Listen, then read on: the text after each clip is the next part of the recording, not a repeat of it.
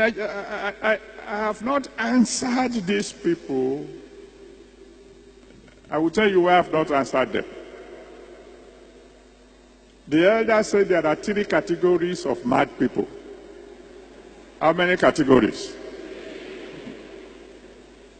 Category 1, the lowest, is the one who is walking about naked in the street. You said that can be looked at, that's the lowest, according to the elders.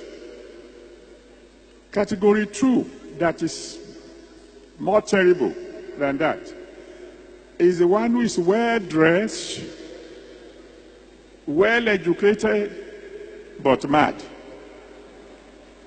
The elders call them Werialaso, the well-dressed madman. What made their own case worse is because it is difficult to help them.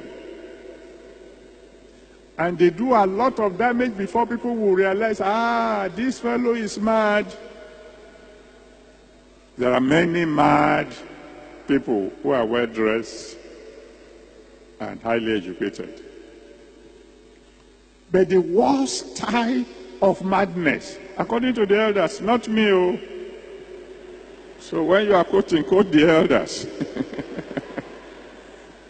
The elders said that the worst kind of madness is the one who watches a madman perform. They said, when you see a madman dancing and you are watching him, they say your madness is bigger.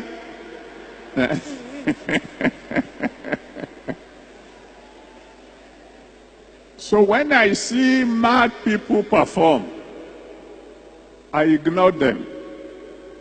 I focus on the assignment God has given me. Now, there is so much noise around now saying that you shouldn't pay your tithe. And I will tell you the reason why there is so much noise in Nigeria. It's not Nigeria that started paying tithe. It has started even before they brought the gospel to us.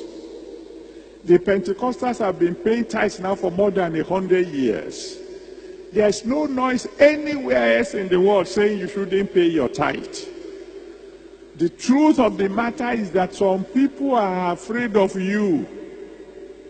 They have discovered that you have become very influential. And they have discovered that if they don't do something to stop you, you will take over the nation. And whether the devil likes it or not, you will be great.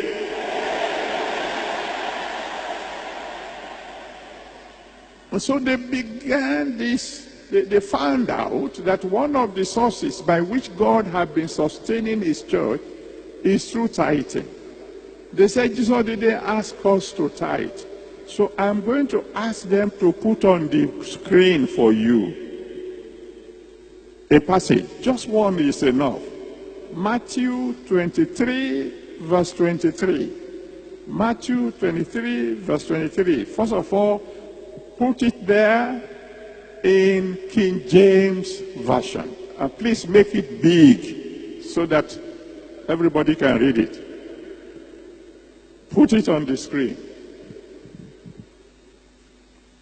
He says, woe unto you, scribes and Pharisees, hypocrites, for ye pay tithes of mint and anise and cumin, and have omitted the weightier, please put this thing on the wall, the weightier matters of the law, judgment, mercy, and faith.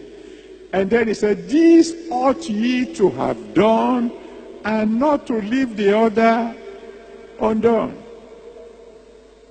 In case you don't understand King James Version, I will ask that they put it on in the New Living Translation. That's modern English now, that you can see. Could you contract it a little so they can see? Oh, God bless my engineers. Anyway, I will read it to you. It says, the same Matthew 23 verse 3, Matthew 23 verse 23. He said, what sorrow awaits you, teachers of religious law, and you Pharisees, hypocrites. For you are careful to tithe even the tiniest income from your herb gardens, but you ignore the more important aspects of the law, justice, mercy, and faith. He said, you should tithe, yes, but do not neglect the more important things. This is Jesus speaking. What did Jesus ask you to do? You tithe. He said you should tithe. And he added, yes.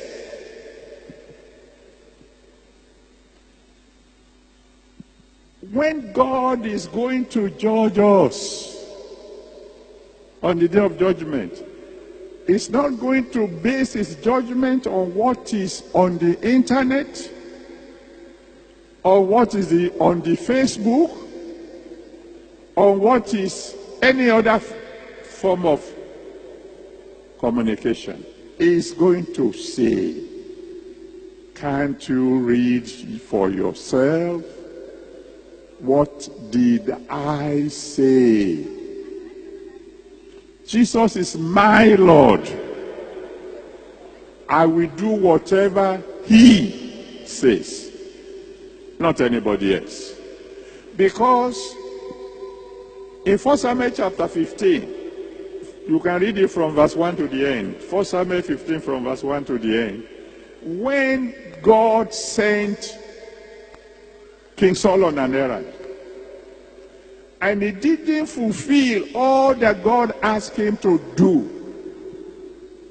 And they asked him, why not? He said, the people made me to disobey God.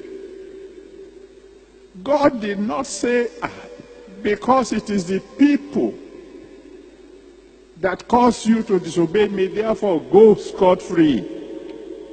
God said, I spoke to you.